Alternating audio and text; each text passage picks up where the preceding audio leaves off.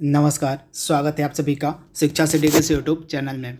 दोस्तों, RRB NTPC की जो हम टेस्ट सीरीज चला रहे हैं उसके पार्ट 28 को आज के इस वीडियो में हम कवर करेंगे। आज के इस वीडियो में हम जो मोस्ट 30 एमसीक्यूज बन सकते थे जीके, जीएस और करंट अफेयर्स के, उनको हम पूरे डिटेल में इस वीडियो में कवर करेंगे। तो चलिए वीडियो को शुरू कर लेते हैं और देख लेते हैं कि आज के इस सेशन में हमने कौन कौन से इंपॉर्टेंट प्रश्नों को सम्मिलित किया है। तो आइए वीडियो को शुरू करते हैं। पहला इंपॉर्टेंट प्रश्न है, भारतीय विज्ञान संस्थान यानी कि IISc की यहाँ पे बात हो रही है, किस जगह स्थित है। काफ़ी इंपॉर्टेंट प्रश्न है। तो इंडियन इंस्टीट्यूट ऑफ साइंस जो है आपको मिलेगा बेंगलुरु में। तो राइट आंसर आपका हो जाएगा बेंगलुरु में जो है इंडियन इंस्टीट्यूट ऑफ साइंस यानी कि भारतीय विज्ञान संस्थान स्थित है। अगला प्रश्न है, निम्नलिखित में से कौन सा मकबरा तुगलक युग की विशिष्ट रचना है। काफ़ी इंपॉर्टेंट प्रश्न है। तो इसमें से कौन सा मकबरा है जो तुगलक युग की विशिष्ट रचना मानी जाती है। तो इसका राइट आंसर आपका हो जाएगा हजरत निजामुद्दीन औलिया का जो मकबरा है यह तुगलक युग की जो है एक विशिष्ट रचना मानी जाती है। तो इसका राइट आंसर क्या हो जाएगा, हजरत निजामुद्दीन औलिया का मकबरा। अगला इंपॉर्टेंट प्रश्न है, निम्नलिखित में से किस वंश ने द्रविड़ वास्तुकला के विकास में पर्याप्त योगदान दिया। काफ़ी इंपॉर्टेंट ये प्रश्न है। तो वह कौन सा वंश है जिसने द्रविड़ वास्तुकला के विकास पर पर्याप्त योगदान दिया था। तो तीनों वंश जो थे, चालुक्य, चोल और होयसला, ये तीनों वंश जो थे इन्होंने द्रविड़ वास्तुकला के विकास में बहुत ही ज़्यादा योगदान दिया है। तो राइट आंसर आपका हो जाएगा ऑप्शन डी यानी कि उपयुक्त सभी। एक्सरे का आविष्कार किसके द्वारा किया गया था, आपको बताना है। एक्सरे का जो आविष्कार है निम्नलिखित में से किसके द्वारा किया गया था। तो एक्सरे का आविष्कारक माना जाता है W.K. रॉन्टजन को। तो राइट आंसर आपका हो जाएगा W.K. रॉन्टजन के द्वारा जो है एक्सरे का आविष्कार किया गया था। तो आप इसे याद रखिएगा, इसका राइट आंसर क्या हो जाएगा W.K. रॉन्टजन। क्या है, रॉन्टगन इनका नाम है। W.K. रॉन्टगन के द्वारा जो है एक्सरे का आविष्कार किया गया था। अगला प्रश्न है, समुद्र की जो गहराई है किस उपकरण की सहायता से मापी जाती है। काफ़ी इंपॉर्टेंट प्रश्न है। तो समुद्र की गहराई किस उपकरण की सहायता से हम मापते हैं। तो फैदोमीटर। तो राइट आंसर आपका हो जाएगा फैदोमीटर की सहायता से हम क्या मापते हैं। तो समुद्र की गहराई। तो फैदोमीटर इसका राइट आंसर हो जाएगा फैदोमीटर। अगला प्रश्न है, फाइबर ऑप्टिक्स जो होता है यह किस सिद्धांत पर कार्य करता है। तो जो फाइबर ऑप्टिक्स होता है यह total internal reflection of light यानी कि प्रकाश के पूर्ण आंतरिक परावर्तन पर कार्य करता है। तो राइट आंसर आपका हो जाएगा ऑप्शन सी यानी कि जो फाइबर ऑप्टिक होता है यह प्रकाश का पूर्ण आंतरिक परावर्तन यानी कि total internal reflection of light के सिद्धांत पे कार्य करता है। तो ऑप्शन सी इसका बिल्कुल सही है। अगला प्रश्न है, पीएच मान का आविष्कारक आपको बताना है कि जो पीएच मान होता है इसका आविष्कारक कौन है। तो पीएच मान का आविष्कारक माना जाता है लॉरिट्ज सोरेनसन को। तो राइट आंसर आपका हो जाएगा लॉरिट्ज सोरेनसन को जो है पीएच मान का आविष्कारक माना जाता है। तो आप इसे याद रखिएगा।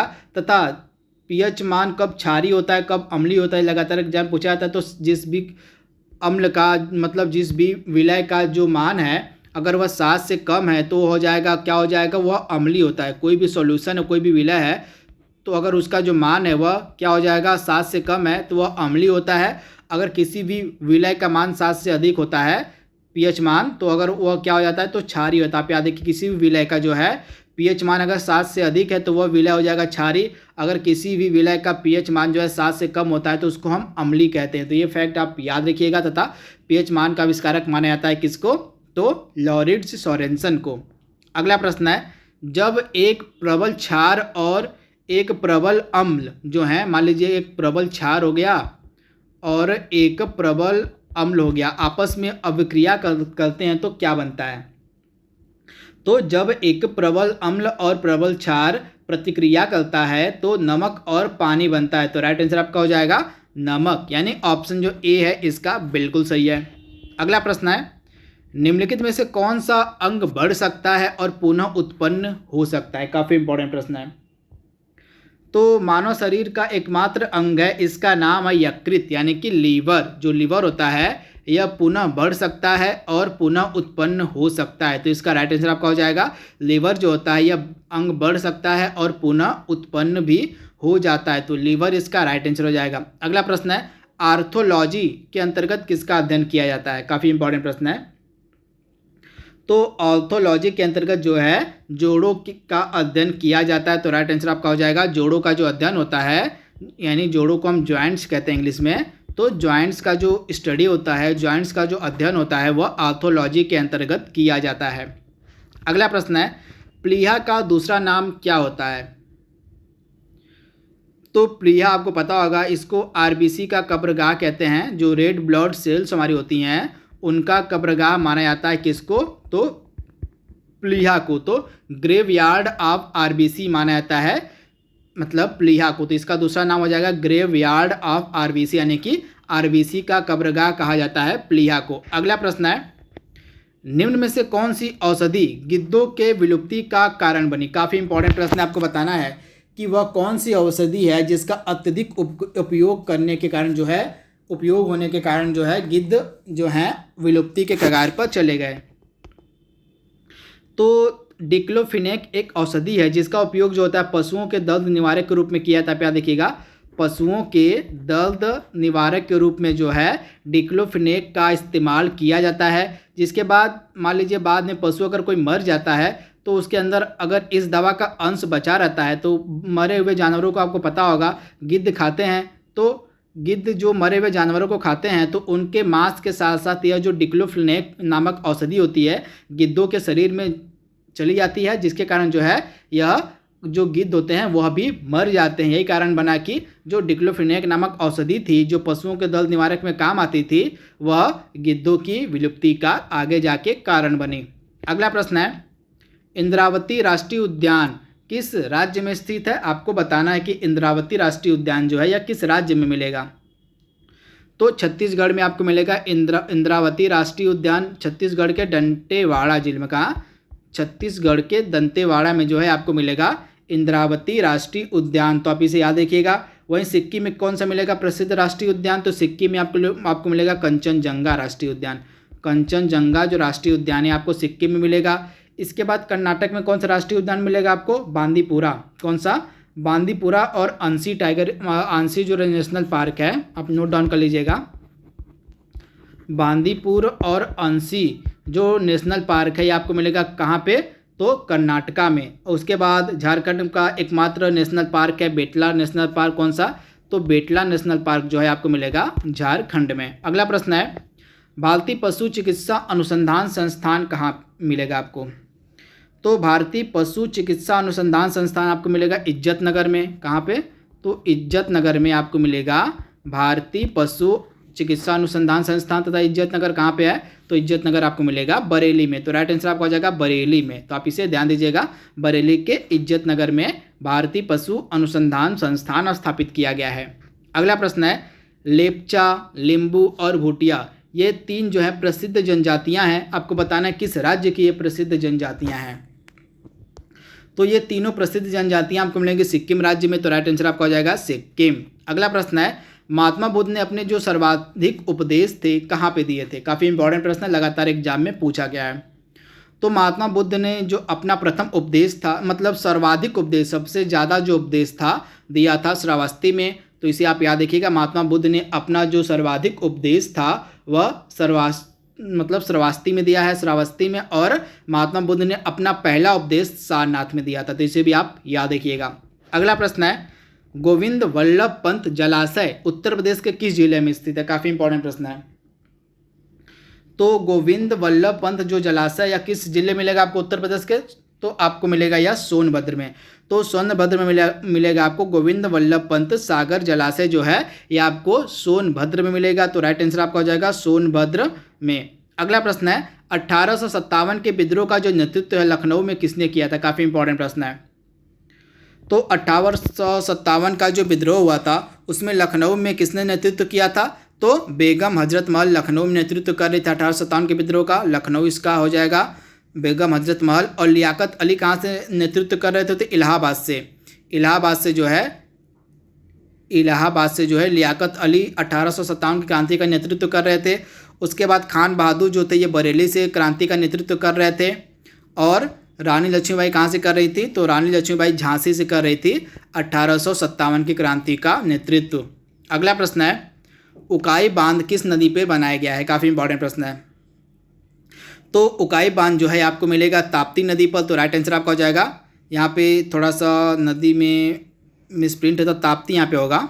तो ताप्ती नदी जो है इसी पे बनाया गया है उकाई बांध। आप नोट डाउन कर लीजिएगा, ताप्ती नदी पे जो है उकाई बांध बनाया गया है। वहीं चंबल नदी पे कौन सा बांध बनाया गया आपको पता होना चाहिए। तो चंबल नदी पे कौन सा बांध बनाया गया है? तो राणा प्रताप सागर जो बांध है, आप नोट डाउन करते चलिएगा।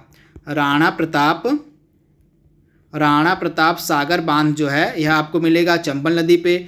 और बेतवा नदी पे कौन सा बांध बनाया गया? तो माता टीला बांध। आप नोट डाउन कर लीजिएगा, माता टीला बांध जो है यह आपको मिलेगा बेतवा नदी पे।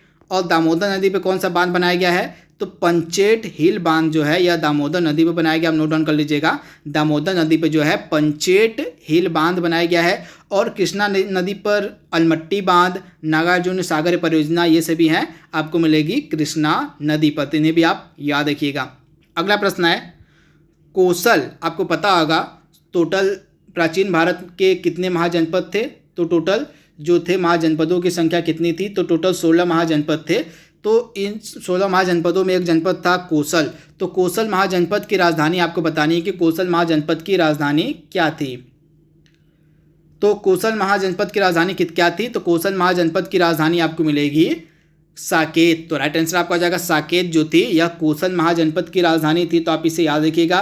तो यह मोस्ट इंपॉर्टेंट है। कोसल जो थी यह किसकी राजधानी थी? तो कोसल जो थी साकेत, मतलब कोसल महाजनपद की जो राजधानी थी वह साकेत थी। तो आप इसे ध्यान दीजिएगा। अगला प्रश्न है, निम्न में से किस कंपनी के द्वारा डार्क स्काई नामक जो यह एक वेदर ऐप है, आप याद रखिएगा, यह मौसम ऐप है, एक वेदर ऐप है डार्क स्काई। तो इस वेदर ऐप का जो अधिग्रहण है किसके द्वारा किया गया है?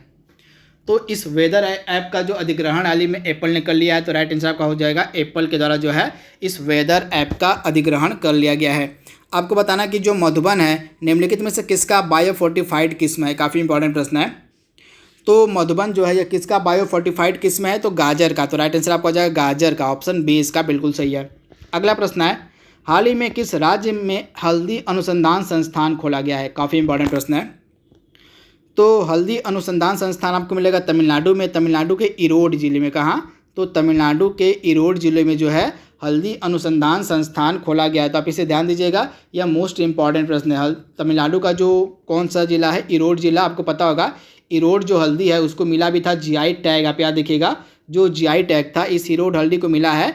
तो तमिलनाडु का एक जिला ही है इरोड, यहीं पे जो है हल्दी अनुसंधान संस्थान खोला गया है। अगला प्रश्न है, हाल ही में किस मंत्रालय के द्वारा देखो अपना देश वेबिनार सीरीज लॉन्च की गई है? तो इसका राइट आंसर आपको हो जाएगा देखो अपना देश वेबिनार जो सीरीज है लॉन्च की गई है पर्यटन मंत्रालय के द्वारा। तो राइट आंसर आपको हो जाएगा पर्यटन मंत्रालय। अगला प्रश्न है, ग्रीनफील्ड भोगापुरम अंतर्राष्ट्रीय हवाई अड्डा किस राज्य में बनाया गया है? मोस्ट इंपॉर्टेंट है। तो ग्रीनफील्ड अंतर्राष्ट्रीय जो हवाई अड्डा है यह किस राज्य में बनाया जा रहा है? तो यह राज्य है झारखंड, झारखंड के विशाखापट्टनम में। कहाँ? तो आंध्र प्रदेश के विशाखापट्टनम में। कहाँ? तो आंध्र प्रदेश के विशाखापट्टनम में जो है भोगापुरम अंतर्राष्ट्रीय हवाई अड्डा बनाया जा रहा है। तो आप इसे याद रखिएगा, ऑप्शन जो बी है इसका बिल्कुल सही है। आंध्र प्रदेश के भोगापुरम में जो है आंध्र प्रदेश के विशाखापट्टनम में पड़ेगा यह भोगापुरम, यहीं पे जो है अंतर्राष्ट्रीय जो हवाई अड्डा है यह बनाया जा रहा है। आप इसे ध्यान दीजिएगा। तथा यह कौन बना रहा है ये भी इंपॉर्टेंट है आपके लिए। तो इसको बना कौन रहा है? तो जीएमआर के द्वारा बनाया जाए। किसके द्वारा? तो जीएमआर के द्वारा जो है यह हवाई अड्डा बनाया जा रहा है। तो इसे भी आप ध्यान दीजिएगा। जीएमआर जो है, जीएमआर को यह अनुमति दे दी गई है कि आंध्र प्रदेश में जो है भोगापुरम अंतर्राष्ट्रीय हवाई अड्डा बनाए। तो इसे आप ध्यान दीजिएगा, जीएमआर के द्वारा यह अंतर्राष्ट्रीय हवाई अड्डा बनाया जा रहा है। इसके बाद अगला इंपॉर्टेंट प्रश्न है, हाल ही में किस राज्य की सरकार के द्वारा जो है आपको बताना है कि वह कौन सी राज्य की सरकार है जिसके द्वारा जो है भोजन जो है मुफ्त में गरीबों को देने के लिए दीदी किचन योजना लॉन्च की गई है। काफ़ी इंपॉर्टेंट प्रश्न है। जो दीदी किचन योजना है यह किसके द्वारा लॉन्च की गई है? मोस्ट इंपॉर्टेंट प्रश्न है। तो दीदी किचन योजना किस राज्य सरकार की योजना है? तो झारखंड सरकार की यह योजना है दीदी किचन योजना। तो इसका राइट आंसर आपका हो जाएगा दीदी किचन योजना जो है झारखंड की योजना है, तो आप इसे याद रखिएगा। तथा इस योजना में जो है मुफ्त में गरीबों को भोजन दिया जाएगा। अगला प्रश्न है, निम्न में से किस बैंक के द्वारा समर ट्रीट्स नामक कैंपेन शुरू किया गया है? तो समर ट्रीट नामक जो कैंपेन है यह शुरू किया गया है HDFC बैंक के द्वारा। तो राइट आंसर आपका हो जाएगा HDFC बैंक। तथा HDFC बैंक के नए CEO कौन बने हैं? तो शशिधर जगदीशन। क्या नाम है इनका? तो शशिधर जगदीशन जो है ये बने हैं नए CEO HDFC बैंक के। विश्व वन्य जीव कोष भारत के लिए जो है ब्रांड एम्बेसडर किसे बनाया गया आपको बताना है। तो वर्ल्ड जो है आपका वर्ल्ड वाइल्ड फंड, जिसको हम कहते हैं विश्व वन्य जीव कोष, इसके लिए भारत के लिए जो ब्रांड एम्बेसडर हैं बनाए गए हैं विश्वनाथन आनंद। तो राइट आंसर आपका हो जाएगा विश्वनाथन आनंद। अगला प्रश्न है, डोपोरिजो जो ब्रिज है यह किस राज्य में बनाया गया है? तो सबसे पहले जो ब्रिज है किसके द्वारा बनाया गया? तो BRO के द्वारा। कौन बना? BRO मतलब बॉर्डर रोड ऑर्गेनाइजेशन के द्वारा यह ब्रिज बनाया गया है। कहाँ पे? अरुणाचल प्रदेश में। तो राइट आंसर आपका हो जाएगा अरुणाचल प्रदेश। आज का लास्ट प्रश्न है, ब्रिटेन की एक प्रतिष्ठित मोटरसाइकिल ब्रांड है नॉर्टन। तो आपको बताना है कि इस नॉर्टन मोटरसाइकिल ब्रांड को हाल ही में किसने खरीद लिया है? तो इस नॉर्टन मोटरसाइकिल ब्रांड को खरीद लिया है TVS मोटर कंपनी ने। तो राइट आंसर आपका हो जाएगा TVS मोटर कंपनी के द्वारा जो है ब्रिटेन की प्रतिष्ठित मोटरसाइकिल ब्रांड नॉर्टन का अधिग्रहण कर लिया गया है। तो राइट आंसर आपका हो जाएगा ऑप्शन बी। तो दोस्तों यहाँ पे हमने जो पार्ट 28 हमारा उसको हमने कवर कर लिया है। जल्दी मिलेंगे हम इसके अगले भाग में। तब तक के लिए thank you, thanks for watching, thank you.